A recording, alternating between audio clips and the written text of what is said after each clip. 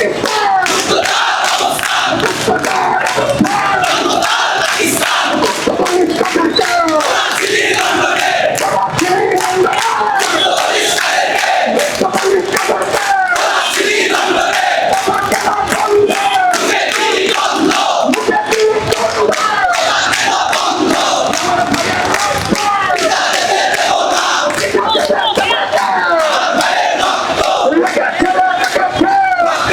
at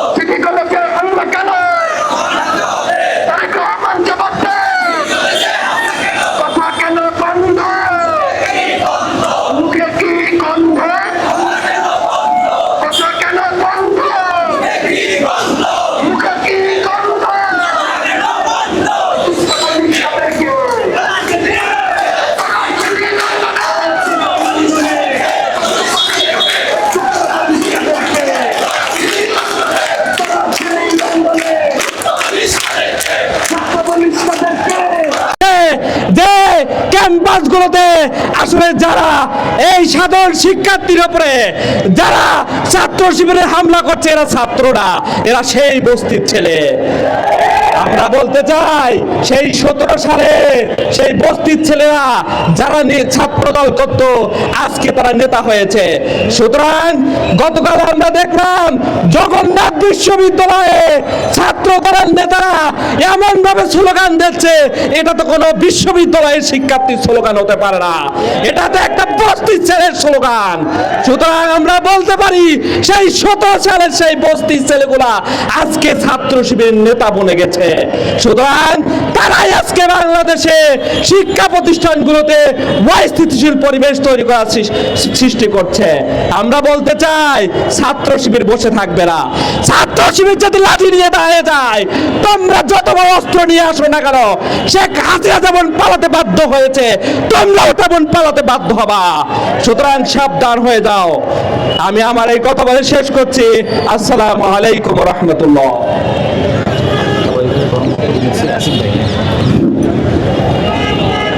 সংগ্রামী উপস্থিতি, গতকাল চট্টগ্রাম সরকারি সিটি কলেজে আমার ভাই আশরাফুল ইসলাম ভাইয়ের উপর যেভাবে হামলা হয়েছে, তার পায়ের গোড়ালি কেটে নেওয়ার পর ছাত্রদলকে দেখছি তারা তাকে নিজেদের কর্মী বলে চালিয়ে দেওয়ার চেষ্টা করছিল।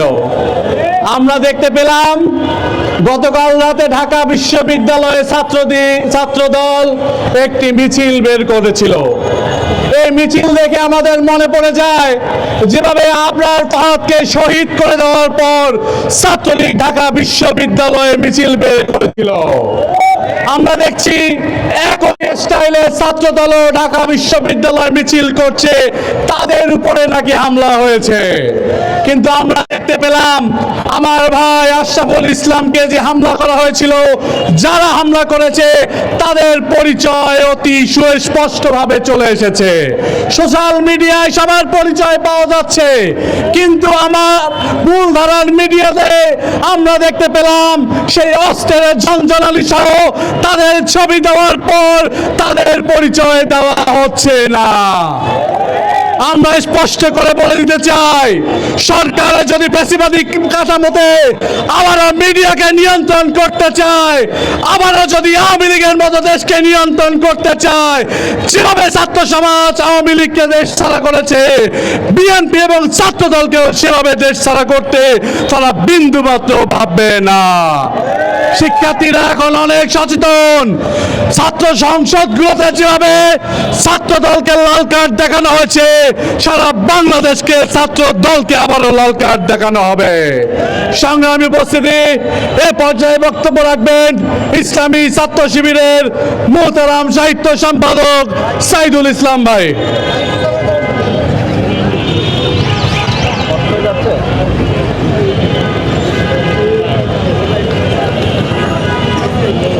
আউযু বিল্লাহি মিনাশ শাইতানির রাজীম। বিসমিল্লাহির রহমানির রহিম।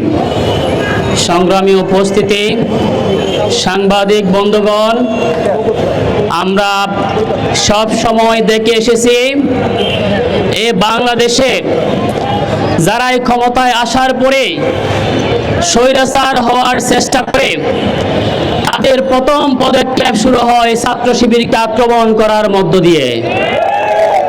আমরা একইভাবে দেখতে পেয়েছি এই ছাত্রদল এই প্রথমবারের মতো তার যুবদল সহ অন্যান্য অঙ্গ সংগঠনের সহযোগিতায় এই বাংলাদেশে এসে পেশিবাদী কালচার তৈরি করার জন্য ইসলামী ছাত্র শিবিরকে প্রথম আঘাত দেওয়া শুরু করেছে।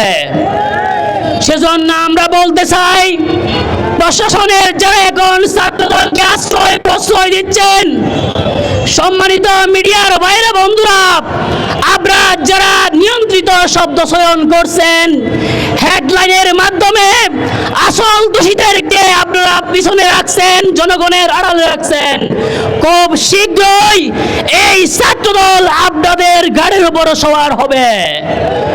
সংগ্রামী উপস্থিতি, আমরা চট্টগ্রামের রাজপথের আন্দোলনে 2023 সাল, 24 সাল, 2018 সালের কোটা সংস্কার আন্দোলন সহ সকল আন্দোলনে আমরা দেখেছি ছাত্র দলের রাজনীতি ছিল ব্যানারে যতজন মানুষ দাঁড়ানো যায় ঠিক ততজন মানুষ নেতা কর্মী তাদের ছিল, কিন্তু আমরা এখন দেখতে পাচ্ছি তাদের অগণিত নেতা কর্মী। আমরা প্রশ্ন রাখতে চাই, তোমাদের এত অগণিত নেতা কর্মী কোত্থেকে আসলো?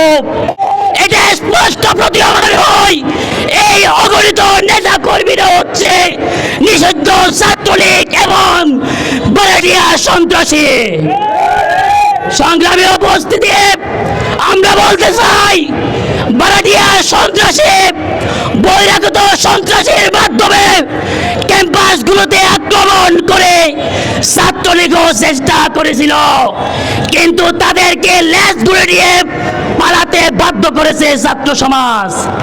সেজন্য ছাত্র দলকে বলতে চাই, তোমরা ছাত্রলীগকে শিক্ষা গ্রহণ করো, নয়তো এদেশের ছাত্র সমাজ তোমাদেরকে লেজ গুড়িয়ে পালাতে বাধ্য করবে।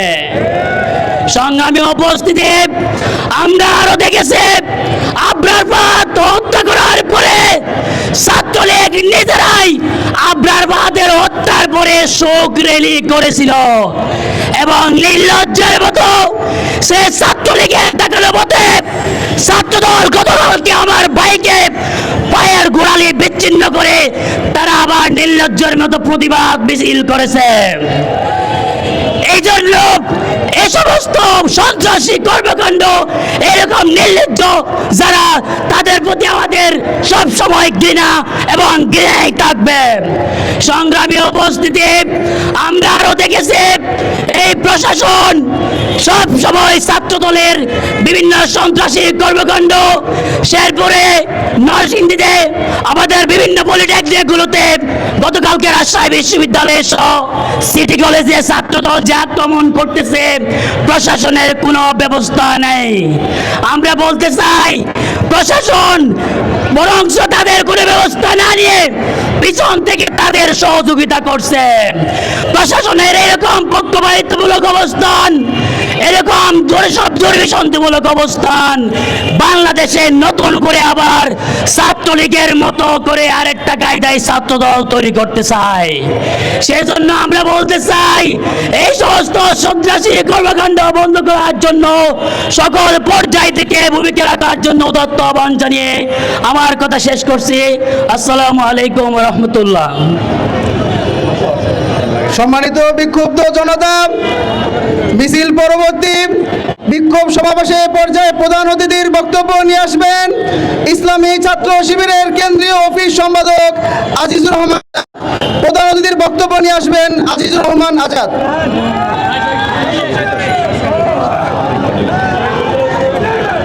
আউযু বিল্লাহি মিনাশ শাইতানির রাজীম। বিসমিল্লাহির রহমানির রহিম। সংগ্রামী উপস্থিতি, আপনারা খেয়াল করে দেখবেন 5 আগস্টের পরে একটা দলের বিরুদ্ধে আমাদেরকে বারবার মাঠে নামতে হয়েছে। কখনো ধর্ষণের বিরুদ্ধে, কখনো চাঁদাবাজির বিরুদ্ধে, কখনো বা ছাত্র সংসদ নির্বাচন বন্ধের প্রতিবাদে, কখনো বা লীগ পুনর্বাসন বন্ধের প্রতিবাদে আমাদেরকে বারবার মাঠে নামতে হয়েছে। আজকে আমরা ঢাকার রাজপথে নেমেছি যে সমস্ত সন্ত্রাসীরা গতকাল চট্টগ্রাম সিটি কলেজে আমার শিক্ষার্থী বন্ধুদের উপর, আমার শিক্ষকের উপর এবং ছাত্র শিবিরের উপর ন্যাক্কারজনক হামলা চালিয়েছে, তাদের বিচারের দাবিতে আমরা আজকে মাঠে নেমেছি। আশরাফুল ইসলাম ভাইয়ের গোড়ালিতে চাপাতি দিয়ে কিরিচ চালিয়ে যারা গোড়ালি বিচ্ছিন্ন করেছে, সেই সমস্ত ছাত্র দলের সন্ত্রাসীদের বিচারের দাবিতে আমরা আজকে মাঠে নেমেছি।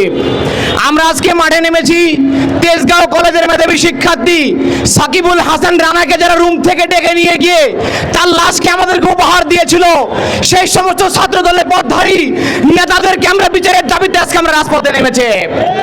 সংগ্রামী বন্ধুগণ, আপনারা দেখে থাকবেন ছাত্র দলের এই আচরণ কোনো নতুন আচরণ নয়। 1991 সালে বিএনপি ক্ষমতা আসার পরে দেখবেন প্রত্যেকটি ক্যাম্পাসে তারা গেস্ট রুম, গণরুম, বড় ভাই, অভিভাবক কালচার তারা চালু করেছিল।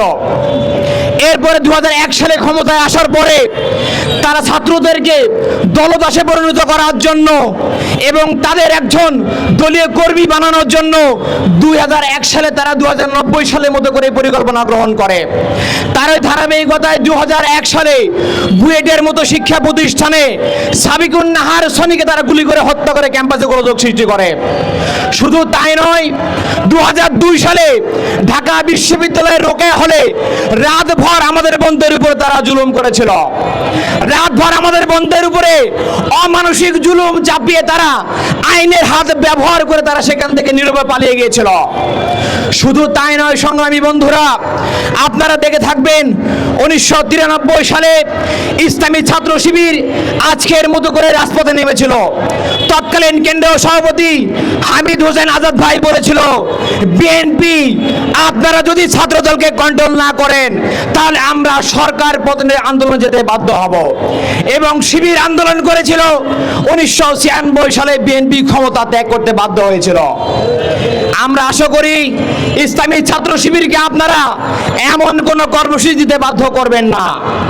আমি বলতে চাই, ছাত্র দল শুধুমাত্র নির্যাতনমূলক কাঠামোর মধ্যে বদ্ধ ছিল না, তারা যুগে যুগে ছাত্রলীগ পুনর্বাসনের কাজটি করে গেছে। আপনারা খেয়াল করে দেখবেন, কয়েকদিন আগে ঢাকা বিশ্ববিদ্যালয়ে একটা কমিটি হয়েছে।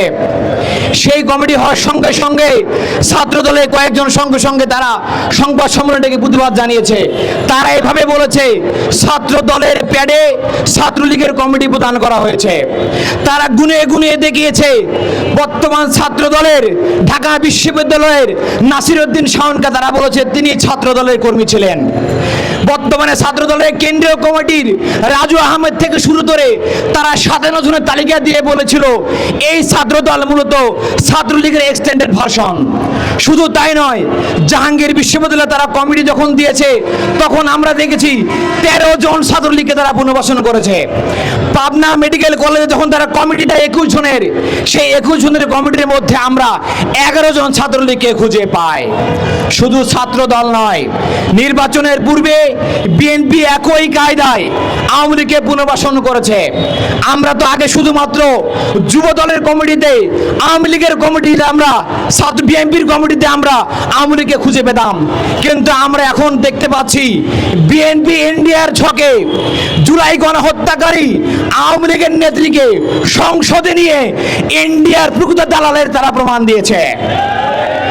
সংগ্রামী উপস্থিতি, আমরা স্পষ্ট করে বলে দিতে চাই, সারাদিন যারা গুপ্ত গুপ্ত বলে মুখে ফেনা ওঠেন, গুপ্ত সংখ্যা কি আপনারা জানেন? সংখ্যা আমি 3টে আপনাদের সামনে উপস্থাপন করব। সংখ্যা নাম্বার 1, যারা সেনাবাহিনীর কাছে মুসলেখা দিয়ে বলেছিল আর কোনোদিন রাজনীতি করব না, তারা লন্ডনে 17 বছর লুকিয়ে থেকে ক্যামেরার সামনে মুখ দেখিয়ে ভারতের অনুমতি নিয়ে যারা দেশের রাজনীতি করে তারাই প্রকৃত গুপ্ত। সংজ্ঞা নাম্বার 2, যারা অন্তর্বর্তী সরকারের সময় নিজের গায়ের উপরে নিরপেক্ষতার খোলস লাগিয়ে নির্বাচনে ইঞ্জিনিয়ারিং করে দলীয় সরকারের জনগুরুত্বপূর্ণ মন্ত্রণালয় তারা ভাগিয়ে নিয়ে যারা বলে সবার আগে বিএনপি, তারাই মূলত প্রকৃত গুপ্ত।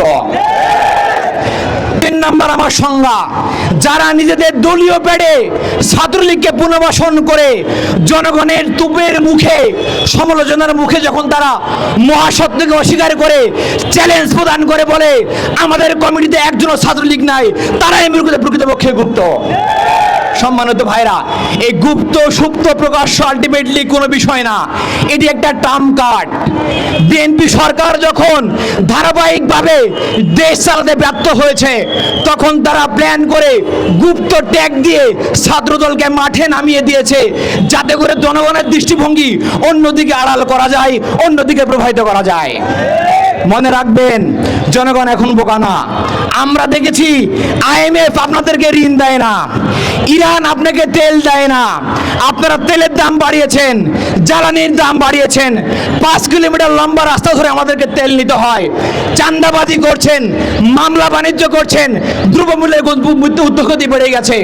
আপনারা এগুলো বলার পরে মনে রাখবেন না, ক্যাম্পাসে মারামারি করে শিবিরকে উস্কিয়ে দিয়ে আপনারা আপনাদের ব্যর্থতা আপনারা শাক দিয়ে মাছ ঢাকার চেষ্টা করছেন। ইসলামী ছাত্র শিবির কখনো আপনাদের উস্কানিতে পা দিবে না ইনশাআল্লাহ। ছাত্র দলকে বলতে চাই, আপনারা আপনাদের মেরুদণ্ড সোজা রাখেন, এখনো সময় আছে। যদি লেজের ভিত্তি পরিহার করে, সন্ত্রাসীবাদ পরিহার করে, লাঠিয়াল বাহিনী হওয়ার ভূমিকা পরিহার করে ছাত্র বান্ধব রাজনীতি করতে আসেন, তাহলে আপনাদের বন্ধুর অভাব হবে না। যদি অপরাজনীতি করেন, শিক্ষকদের উপরে হামলা করেন, শিবিরের উপরে হামলা করেন, শিক্ষার্থীদের উপরে হামলা করেন, তাহলে মনে রাখেন, যদি আপনারা না শুধরে যান তাহলে শুনে রাখেন, আগামী দিনে ছাত্রলীগের মতো করে প্রত্যেকটা ক্যাম্পাসে সাধারণ শিক্ষার্থীরা আপনাদেরকে পিটিয়ে বিদায় করে দেবে। ছাত্রলীগ যেমন করে বিতাড়িত হয়েছে, আপনারা তেমন করে ইতিহাসের আস্থা করে নিক্ষিপ্ত হবেন। সংগ্রামী উপস্থিতি, সরকারকে আমরা স্পষ্ট করে বলে দিতে চাই, আমরা লন্ডনে পালিয়ে যাই নাই, আমাদের শিলংয়েও থাকতে হয় নাই। আমাদের কেন্দ্রীয় সভাপতি মীর কাসেম আলী ভাইয়ের নামে যখন গ্রেপ্তারি পরোয়ানা জারি হয়, তিনি বিদেশ থেকে ফিরে এসে আইনিভাবে মোকাবেলা করেছেন। ভারতের বিরুদ্ধে, আধিপত্যবাদের বিরুদ্ধে তিনি উচ্চ কণ্ঠ রেখে ফাঁসির দড়ি গলায় নিয়ে শহীদ হয়েছেন। সেই ইসলামী ছাত্র শিবির মীর কাসেমের উত্তরসূরি আপনারা আমাদেরকে রামদা কিরিস্তাবাদের ভয় দেখাবেন না। আমরা আপনাদের সক্ষমতা জানি, লম্বা সময় আমরা একসাথে কাজ করেছি আন্দোলনে। বেশি বাড়াবাড়ি করলে জায়গা মতো কিন্তু হাত দিব, আর জায়গা মতো হাত দিলে এদেশে আপনারা সামান্যতম কোনো স্পেস পাবেন না রাজনীতি করার জন্য। সংগ্রামী উপস্থিতি, সরকারকে বলতে চাই, উদাত্ত আহ্বান জানাতে চাই, যারা ছাত্র সংগঠনের প্লেকার্ড ব্যবহার করে ক্যাম্পাসগুলোতে বিশৃঙ্খলা করছে, শিক্ষার্থীদের উপরে হামলা করছে, ছাত্র শিবিরের উপরে হামলা করছে, অনুরোধ করব এই সকল সন্ত্রাসীকে আপনারা কম সময়ের মধ্যে গ্রেফতার করে আপনারা সরকার হিসেবে যোগ্য তার প্রমাণ দেন। অন্যথায় ইসলামী ছাত্র শিবির রাজপথের সমাধান বের করতে চেষ্টা করবে। এর ফলে যদি কোনো সংকট তৈরি হয়, দেশে কোনো বিশৃঙ্খলা তৈরি হয়, এর দায় রাষ্ট্রপতি জনাব শিলং সালাউদ্দিন সাহেব এবং লন্ডন ফেরত প্রধানমন্ত্রী লুথার কিং তারেক রহমানকে নিতে হবে। সংগ্রামী বন্ধুরা, সর্বশেষ বলতে চাই, চট্টগ্রামের হামলায় যিনি আহত হয়েছেন আমাদের ওয়ার্ড সভাপতি আশরাফুল ইসলাম ভাই, তার চিকিৎসার ব্যয়ভার সরকারকে বহন করতে হবে। কারণ সরকারের পেট্রো বাহিনী সন্ত্রাসী ছাত্রদল সরাসরি জড়িত ছিল, তার প্রমাণ আমরা ইতিমধ্যে পেয়েছি। পাশাপাশি তেজগাঁও কলেজে যে সাকিবকে হত্যা করেছে ছাত্রদল, তার সুষ্ঠু বিচার করে তাদেরকে কম সময়ের মধ্যে আইনের আওতায় এনে প্রমাণ করতে হবে যে আপনারা দেশ চালানোর যোগ্য। যদি আপনারা ব্যর্থ হন তাহলে মনে রাখবেন আপনাদের সময় খুব বেশি নাই। জনগণ রাস্তায় নামলে লেজ গুটিয়ে কোন দিক দিয়ে পালাবেন, কোথায় টানেলে করেছেন আর কোথায় বাংকারে করেছেন আপনারা সেটাও খুঁজে পাবেন না। কাদের সময় থাকতে সাবধান হন, ভালো রাজনীতি করেন, গঠনমূলক কাজ করেন। ইসলামের ছাত্র শিবির কাউকে শত্রু মনে করে না। আগামী দিনে সুন্দর, সমৃদ্ধ এবং বৈষম্যহীন সমাজ তৈরির আন্দোলনে আমরা আপনাদেরকে সহযোগিতা করতে চাই। যদি আপনারা সহযোগিতা করেন তাহলে আমরা উত্তম দেশ উপহার দেব ইনশাআল্লাহ। সংগ্রামী উপস্থিতি, আজকের এই সমাবেশে কষ্ট করে আপনারা সময় দিয়েছেন, সাংবাদিক বন্ধুগণ সময় দিয়েছেন, আপনাদের সবাইকে ধন্যবাদ জানিয়ে